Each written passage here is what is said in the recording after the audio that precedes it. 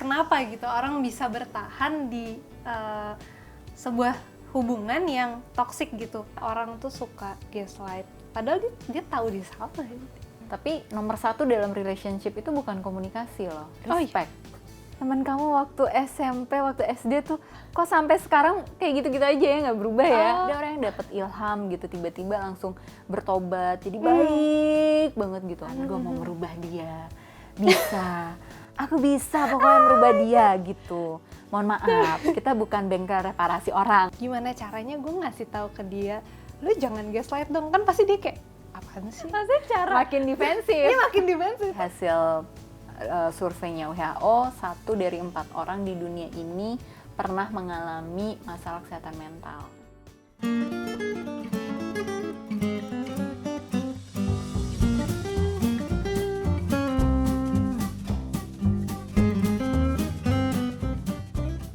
Oke, nah terus kalau misalnya kan tadi ada beda-beda tuh karakter orang gitu ya Kak. Misalnya tapi karakter apa sih yang cocok jadi stoik? Misalnya kayak berdasarkan zodiak kali gitu misalnya. Kan aku Scorpio nih Kak. Banyak yang bilang Scorpio tuh kayak passionate gitu orangnya. Cocok gak sih jadi stoik? Oke, jadi gini, kalau kita berdasarkan zodiak itu nggak valid ya sebenarnya. Nggak valid. Karena zodiak itu kan cuma sun sign. Aku pikir juga banyak mayoritas yang udah tahu ya tentang astrologi itu bukan cuma zodiak aja.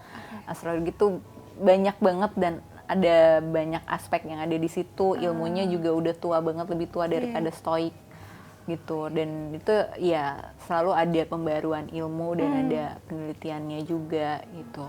Dan perhitungannya secara matematika juga ya, karena ada pergerakan, ada derajat, ada segala macamnya lah gitu ya. Yang itu jam lahir jam gitu lahir, ya? kota lahir kayak gitu. Nah, singkatnya gitu, kalau kita bahas siapa yang bisa jadi stoik, orang yang punya karakter seperti apa.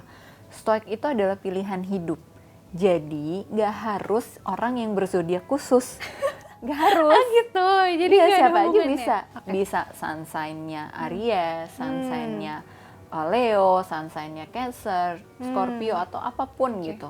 Kalau dia akhirnya di psikologi ada namanya peak experience. Peak experience itu kayak titik balik kita ketika kita akhirnya dapat ilham, aha moment. Oke, gue kayaknya dapat banyak kesempatan hidup nih sekarang. Gue nggak mau sia-siakan kesempatan kedua gue ini, harus gue jadikan sesuatu yang sangat bermanfaat. Akhirnya dia bisa berubah tuh. Misalnya yang tadinya orang marah-marah, tadinya dia overthinking dan lain sebagainya. Kalau marah tuh eksplosif, meledak-ledak gitu. Tiba-tiba dia jadi seorang stoik, itu juga bisa.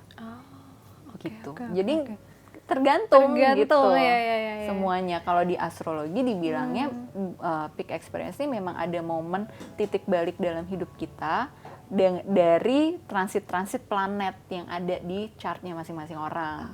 Nah, itu bisa terjadinya macam-macam. Ada yang usia 20-an, ada yang terjadi 40-an. Itu bisa. Tapi pasti terjadi itu ya Kak? Berarti? Enggak juga. Oh enggak, ada yang enggak juga? Ada yang enggak. Pernah ketemu enggak orang yang dari remaja, masih umur 20-an ya? Ya nantilah saat kamu udah masuk ke usia 30-an, udah mulai banyak undangan reuni sekolah gitu. Kamu ingat-ingat teman kamu waktu SMP, waktu SD tuh kok sampai sekarang kayak gitu-gitu aja ya, nggak berubah ya? Ada. Jadi itu alasannya. Ada orang yang begitu-begitu aja. Ada orang yang dapat ilham gitu, tiba-tiba langsung bertobat, jadi baik banget gitu. Ada yang berubahnya justru kontroversial gitu, yang tadinya baik, alim. Iya, malah bisa ditangkap siapa gitu kan, bisa aja. Iya, dan stoik itu adalah salah satu alternatif di dunia masa kini, di mana itu jadi suatu pilihan hidup orang. Jadi nggak harus orang karakternya begini, karakternya gitu, tuh enggak. Oke. Nah terus nih Kak, selain stoikisme, ada juga beberapa tahun ini yang lagi viral tuh kan Stockholm Syndrome. Itu tuh aku kepo banget sih, karena kenapa gitu orang bisa bertahan di sebuah hubungan yang toksik gitu. Dan bahkan ada nih ya Kak, maksudnya teman aku kayak pacarnya sama dia tuh abusive banget, sampai kayak tangannya pernah digigit, terus kayak pernah diinjak lehernya, tapi dia masih bertahan di situ. Aku sampai bingung gitu kenapa gitu. Tangannya digigit. Iya. Oke. Terus Lehernya diinjek. iya, dan pagi itu kejadiannya pagi, terus dia datang, aku masih tidur gitu ya, masih tidur gitu kan, terus dia datang ke kosan aku nangis-nangis, terus jadi kosan dia sama kosan aku tuh sebelahan banget gitu gedungnya, terus aku masih tidur, dia datang nangis-nangis, iya dia cerita gue gini, terus kan aku tanya dong, terus orangnya si cowoknya mana gitu kan, itu masih di sebelah, aku langsung lari, aku kunci pintunya, aku nggak mau keinjek juga. Maksudnya gitu loh, karena aku aja setakut itu untuk nggak mau ketemu sama orang itu lagi. Aku kalau ketemu aku langsung kayak kalau bisa nggak nyapa karena takut. Tapi kok dia bisa masih mau di situ jadi pacarnya gitu. Oke, kamu pernah dengar cerita temen kamu ini tentang dia hubungannya sama orang tuanya nggak? Iya, dikit sih. Apa kemiripannya? Karena ini kali ya, memang pembawaan orang tuanya keras juga gitu. Bisa jadi nggak sih Kak? Oke, biasanya ada familiarity yang terjadi waktu dia kecil, diasuhnya dengan cara seperti apa, dan dia mencari familiarity itu saat dia dewasa dalam hubungan yang lebih intimate. Oh, dia mencari kenyamanan itu gitu ya? Maksudnya Tapi dia nggak sadar ya? Oh, dia nggak sadar. sadar. Dia merasa itu memang udah jadi patternnya, udah jadi zona nyaman dia gitu kali ya? Jadi kalau dia ketemu yang nggak ada begitu, malah aneh. Malah nyari gitu ya? Tapi dia nggak sadar dia nyari. Ntar ketemunya gitu aja. Iya. Dan untuk keluar dari situ susah. Dia ya ada perasaan, aduh kasihan gitu, aduh dia kan padahal baik gitu. Itu yang pertama. Yang kedua bisa aja ada kebutuhan untuk menjadi seorang hero, jadi pahlawan. Gue mau merubah dia, bisa, aku bisa pokoknya merubah dia gitu. Mohon maaf, kita bukan bengkel reparasi orang. Tapi kan sebenarnya berarti nggak bisa ya Kak, kan orang berubah. Psikolog aja nggak bisa merubah orang kok. Tuh guys, dengerin, psikolog aja nggak bisa merubah orang, jadi kalian. Iya, Nabi Muhammad aja nggak bisa ngajak pamannya jadi Islam. Iya ya, jadi nggak usah so ide gitu. Nggak usah. Membuang-buang waktu gitu ya. Tapi, nah selain itu juga seringkali orang misalnya yang stoik, banyak yang menganut ceritanya stoik tapi menyalahgunakan, terus dia itu jadi gaslight gitu loh Kak. Kenapa ya? Maksudnya kenapa sih sebenarnya orang tuh suka gaslight? Padahal dia tahu dia salah. Maksudnya seringkali orang yang melakukan gaslighting dia tidak sadar kalau itu bentuk gaslighting. Makanya ada suatu masa di mana gaslighting itu menjadi suatu tren banget kan. Sepanjang tahun, setiap hari di sosial media ada yang bahas gaslight.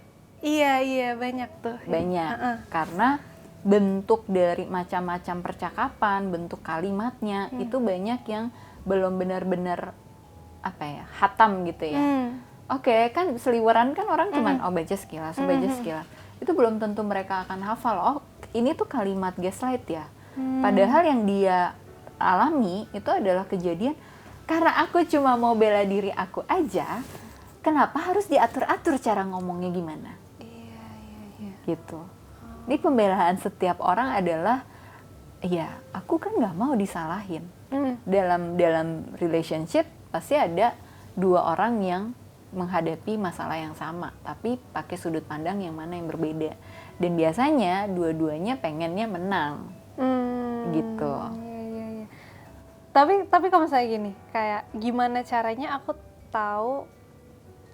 Gimana ya, maksudnya kalau gimana caranya tahu kita di gaslight kan kita bisa baca gitu ya Kak. Tapi kalau misalnya kita udah merasa nih dia nge-gaslight gue nih, gimana caranya gue ngasih tahu ke dia, lu jangan gaslight dong, kan pasti dia kayak apaan sih gitu. Maksudnya cara makin defensif. Iya, makin defensif. Itu gimana caranya Kak kalau ketemu orang kayak gitu? Jadi perlu belajar memang komunikasi yang baik tuh latihan. Kalau di Gottman Institute yang udah punya hasil research lebih dari 40 tahun ya tentang relationship, mereka tuh memang punya tools-toolsnya kalau pasangan tuh perlu berkomunikasi seperti apa sih gitu. Karena itu kan jadi krusial banget ya. Tapi nomor satu dalam relationship itu bukan komunikasi loh, respect. Ada pasangan yang diam-diaman tapi saling menghargai satu sama lain gitu. ya udah kan, Iya, gitu. iya, iya. Iya sih, tapi ini jujur baru denger di sini bahwa kunci nomor 1 tuh bukan komunikasi tapi respect. Iya, iya. Ya, yang kedua, kenapa orang selalu bilang komunikasi yang pertama ini dalam relationship gitu? Karena 90% isi dari pernikahan adalah percakapan, ngobrol, gitu. Tapi percuma kalau nggak ada respectnya gitu Percuma, ya. Oke, iya, gitu. iya, iya, iya. Nah, Itu makanya ngomong yang benar, ngomong yang tepat itu sangat perlu dilatih. Dan itu butuh kesadaran dari masing-masing pasangan. Gak bisa cuma satu orang kan. Tapi paling enggak, kalau kita yang mulai duluan untuk bisa berkomunikasi sama pasangan kita dengan iMessage, dengan sandwich communication gitu, kita bisa jadi menjebatani. Tapi ya itu memang lama ya prosesnya, karena dalam masa latihan misalnya kayak orang latihan iMessage, sayang aku mau ngomong sama kamu, aku mau cerita tentang perasaan aku tadi waktu ketemu mertua gitu. Tadi tuh mama mertua bilang gini gini gini, aku tuh ngerasa sedih loh. Ya kan pasangan belum tentu bisa mendengarkan kan, iya, iya, iya. gitu. Bisa aja dia langsung bilang, ah kamu tuh baper lah inilah itu gitu kan. Iya, iya, iya. Nah, itu kan jadi perlu latihan. Yang satunya belajar mendengarkan, yang satunya belajar berkomunikasi lagi yang baik gitu. Nah, biasanya itu memang membutuhkan pihak ketiga, bisa konselor pernikahan atau psikolog yang biasanya menangani kasus-kasus pasangan juga. Supaya bisa ada, kadang tuh sampai dibikinin skripnya loh. Ah ya, Latihan ngomong tuh gimana? segitunya. Loh iya dong, kalau Iya, mau iya, latihan. iya. Ngapain ke psikolog kalau nggak ada perubahan? Tapi maksudnya aku bener-bener baru tahu Kak, kayak ada sampai ada skripnya untuk ngomong how Iya. to respect Karena your banyak partner. orang nggak tahu gimana harus ngebalas orang ketika bicara. Makanya jadi ada gaslight itu kan, Iya, iya, iya, iya, iya. gitu. Padahal mungkin maksudnya pun nggak begitu ya. Mm-mm. Iya, tapi cara penyampaiannya. Nah, terus Kak, kalau misalnya berarti dari sekian pembicaraan tentang stoik dan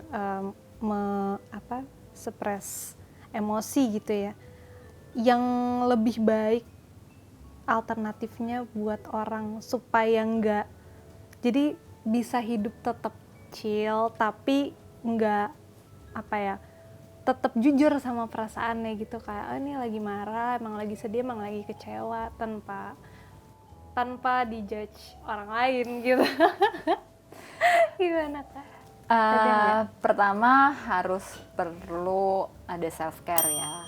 Self care itu bukan cuman kita ke salon, self care itu bukan cuman kita staycation gitu. Oke. Tapi momen spesial kita sama diri kita sendiri untuk merefleksikan banyak hal. Kalau aku tadi aku ceritakan di awal aku punya meditasi gitu. Terus dulu aku waktu lebih muda dan punya banyak waktu luang, aku suka journaling juga. Tapi sekarang kayaknya journaling itu bukan satu tools yang bisa aku lakukan. Karena aku kalau udah nulis tuh nggak bisa berhenti. Nggak bisa berhenti, iya, iya. Jadi kayaknya di padatnya waktu ini kayaknya nggak usah dulu nulis-nulis gitu ya, kecuali nulis buku gitu. Nah terus bisa juga pada saat kayak momen kita mandi, itu juga momen-momen kita perlu bisa mandi dengan mindfulness. Jadi mandi tuh bukan cuma 2 menit, 5 menit gitu. Berarti nggak apa-apa mandi lama ya Kak? Ya emang cewek mandinya lama kan? Iya, itu Ya kan. udah. Kalau cowok mandinya lama ngapain coba? Nah, itu udah beda urusannya. Nggak tahu, kita tanya aja sama laki-laki Iya, ya. kita Nah, tanya tapi aja. intinya gini, ketika kita mandi secara mindfulness, itu kita siapin juga mungkin aroma sabun yang kita pakai itu berbeda dari yang biasanya kita pakai. Dan kita ada aroma wangi bunga-bunga misalnya gitu ya. Jadi kita kayak ada freshnya lagi gitu. iya, iya. Karena rutinitas yang itu aja tuh kata Einstein juga bisa bikin kita jadi gila kan. Iya, iya, Gitu. Maksudnya jadi kita gila tuh kita kerasa bosen banget gitu, jadi burnout, jadi stres gitu. Kita perlu ada sesuatu yang meaningful untuk diri kita di momen yang spesial yang emang kita udah siapkan. Kalau kita bisa berendam, itu lebih baik kita berendam sama air garam gitu. Nggak usah mandi kembang ya, air garam aja itu untuk netralisir energi kita. Terus ya sabunnya tadi yang aromanya berbeda. Terus kalau pakai spons gitu, itu kan bisa memberikan sentuhan untuk serangsangan sensori kita. Itu bisa bikin kita rileks juga gitu. Jadi memberi rangsangan yang tepat terhadap organ-organ panca indera kita. mata kita, kita manjakan dengan sesuatu warna-warna yang berbeda gitu kan. Terus tangan kita, kulit kita itu menyentuh tekstur-tekstur yang bermacam-macam. Misalnya kayak bantal ini sama ini kan teksturnya udah beda gitu. Iya. Tuh rasanya gimana sih kalau disentuh gitu. Kita ngelus tuh rasa di otak kita aja tuh udah mengalir, udah beda lagi gitu. Terus telinga kita, kalau kita seringnya suka dengerin musik rock, ya coba kita dengerin musik jenis lain, koplo, dangdut misalnya gitu. Iya. Jadi nggak terus begitu, itu akan bikin kita jadi lebih kita bisa jadi lebih fleksibel, kita bisa regulasi emosi kita dengan lebih tepat juga, dan akhirnya kita bisa jadi individu yang lebih jalanin hidup. Oke Kak, sekarang kita langsung mau masuk ke mitos atau fakta. Waduh. Karena banyak, supaya nggak banyak lagi yang bertanya-tanya dan nggak banyak yang sotoy gitu. Mitos atau fakta yang pertama nih Kak, banyak yang nanya, kalau orang punya masalah penyakit mental, apakah itu karena kurang berdoa? Konsepnya gimana ya itu ya? Udah pasti mitos dong. Banyak loh Kak yang bilang gini, misalnya kita curhat kayak apa gitu ya, terus orang balasnya kayak, ya lo kurang berdoa kali, kan semua jawabannya udah ada di Alkitab atau di Al-Quran misalnya gitu, jadi baca lagi deh gitu, kurang iman gitu. Iya, itu defense orang itu bilang kurang iman gitu ya. Iya. Padahal ya nggak semuanya begitu juga sih gitu. Karena masalah-masalah kondisi psikologis itu juga ada yang sifatnya genetik, yang sifatnya biologis. Jadi memang adanya di otak kita tuh begitu gitu. Misalnya nih ya, kayak gangguan bipolar itu kan nggak bisa cuman dari kita kena trigger ini itu nggak bisa gitu, tapi ada memang kondisi di dalam otaknya dia, struktur otaknya atau hormonalnya dia yang bikin dia jadi moodnya seperti itu gitu. Jadi dia didiagnosa dengan gangguan bipolar gitu. Jadi mitos ya Kak? mitos lah, bukan karena kurang iman. Jangan digituin guys, kalau ada teman kalian kayak gitu itu mitos. Oke, yang kedua nih Kak, misalnya orang yang punya panic attack atau anxiety itu cuman sekedar lebay katanya, mitos atau fakta? Mitos ya. Mitos ya? Masalah yang berkaitan sama kesehatan mental itu nggak lebay loh. Nggak lebay guys. Nggak lebay. Itu serius loh. Itu serius ya. Karena gini ya, coba kamu bayangin kalau orang punya anxiety sampai dia panic attack, pas dia lagi nyetir, itu dia bisa diem kan, bisa freeze. Iya. Gitu, itu kan juga berbahaya. Bahaya kan? banget. Terus bisa juga pada saat dia lagi presentasi, tiba-tiba dia panic attack kan juga bisa. Oke, mitos atau fakta berikutnya, orang yang kecanduan itu benar nggak karena punya masalah sama orang tuanya? Itu bisa jadi fakta. Oh, itu fakta. Karena banyak dinamika di dalam keluarga yang bikin anak ini jadi terjebak dalam pergaulan bebas dan akhirnya jadi kecanduan. Gitu. Maksudnya karena orang tuanya kenapa tuh Kak? Salah pola asuh? Maksudnya pola asuh yang seperti apa Jadi sih? bisa orang tuanya tuh terlalu otoriter, apa-apa tuh nggak boleh, terus terlalu pakai hukuman dan ancaman misalnya gitu. Terus udah gitu misalnya nggak hadir secara emosional. Kalau pulang ke rumah anaknya cuma dimarahin aja. Berarti itu faktor yang benar-benar berpengaruh ya Kak? Berpengaruh. Terus udah gitu biasanya juga sebenarnya udah mulai ada tanda-tanda ya kalau anaknya terjebak dalam pergaulan bebas tapi orang tuanya cuek, nggak peduli, cuman ngomel, marahin, kan jadi suasananya semakin nggak enak. Gitu. Akhirnya ya makin dia yang nemuin kelompoknya kan.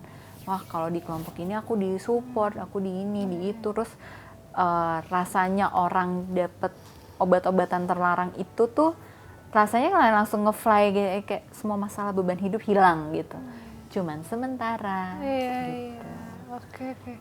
Sama halnya kalau kecanduan tuh sebenarnya nggak harus kecanduan narkoba ya, kecanduan gadget saat ini juga banyak dialami sama anak-anak kan. Nah itu juga salah satunya kan, karena semuanya cuma dikasih gitu, makan dikasih gadget gitu, tapi nggak diajak interaksi. Nah kata kuncinya kan sebenarnya ada interaksinya, ada kehadiran emosinya gitu. yang akhirnya dia misalnya dia kesepian ya dia cari misalnya di TikTokan gitu ya kan Kak. Jadi supaya dia nggak kesepian, dia bisa lihat cari kesenangan. Iya kalau dari cuma situ. TikTok, kalau aplikasi dewasa yang lain gimana? Itu sih yang berbahaya. Kan karena kecanduan itu gini, yang paling berat itu kalau sampai anak itu kecanduan seksual, seks, aktivitas seks atau pornografi, hal-hal yang berkaitan dengan seks. Kalau dia sampai kecanduan tuh secara penelitian itu otaknya bisa rusak parah gitu. Jadi emang sebisa mungkin peran orang tua tuh jangan absen gitu ya Kak di dalam hidup anaknya gitu. Oke, mitos atau fakta yang terakhir, bener nggak sih Kak kalau semua orang di dunia ini sebenarnya tuh pernah punya masalah kesehatan mental? Bisa jadi fakta. Bisa jadi fakta. Karena dari hasil surveinya WHO, 1 dari 4 orang di dunia ini pernah mengalami masalah kesehatan mental. Gitu. Jadi ya itu siklus. Misalkan hari ini aku sama kamu baik-baik saja, tapi minggu depan misalnya ada kabar duka datang ke salah satu keluarga kita. Misalnya let's say ke aku gitu ya. Bisa aja aku jadi berduka atau grieving itu kan udah satu kondisi psikologis kita ya, yang ibaratnya sedih banget lah kalau kita mengalami kehilangan kan, gitu. Bisa mempengaruhi cara kita berinteraksi juga gitu. Iya, bisa menarik diri dari lingkungan juga, bisa bikin kita jadi menjauhi sosial kita. Itu yang sederhana ya ibaratnya ya gitu. Tapi kalau yang beratnya tantangan hidup gitu, ditagi-tagi pinjol gitu kan, itu lah gimana nggak stres, depresi nanti gitu. Itu juga akan mempengaruhi interaksi kita sama siapapun yang ada di sekitar kita, dan performa kerja kita juga bisa menurun. Cuman masalahnya sadar atau enggaknya aja ya Kak. Maksudnya kadang kita enggak, berarti kan kadang ada orang yang lagi ada di fase itu tapi dia tidak sadar bahwa dia itu sebenarnya lagi memiliki masalah. Banyak yang kayak gitu. Banyak karena itu bagian dari gimana dia menjalani hidup ya. Mereka mau survive dengan cara seperti itu yang mereka tahu itu bisa berhasil. Bisa benar, bisa baik, bisa tepat untuk orang itu. Let's say nih, lagi punya banyak beban hidup, punya masalah hidup. Terus pendekatannya secara religius, rajin beribadah. Itu nggak salah, itu benar gitu. Tapi buat orang itu bisa jadi itu tepat dilakukan. Dengan dia rajin beribadah, dia mendekatkan diri dengan Allah, rasanya beban hidupnya berkurang. Tapi untuk orang yang lain bisa jadi itu bukan bantuan yang tepat. Dia butuh yang lebih dari pendekatan diri secara spiritual atau religius ini. Gitu. Jadi emang ada baiknya mengenali diri sendiri. Kata kuncinya ada mengenali diri. Mengenali diri ya. Oke Kak, kita udah nggak berasa nih kayak kita juga udah mau ngantuk-ngantuk tidur. Aku berani nggak tidur. Ini emang nyaman banget kan ya. Oke, Kak Sam, makasih banget loh Kak.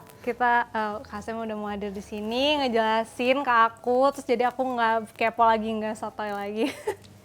Ya, semoga bisa diterima ya penjelasanku yang terlalu awam ini. Guys, terus jangan lupa supaya awet muda kayak Kak Sam, kita harus minum teh ya setiap malam, meditasi, minum teh, tehnya jangan lupa teh chamomile. Oke, thank you juga buat kalian yang udah mampir ke channel ini, udah nonton sampai habis, sampai ujung gitu ya. Sampai jumpa di episode berikutnya. Bye-bye.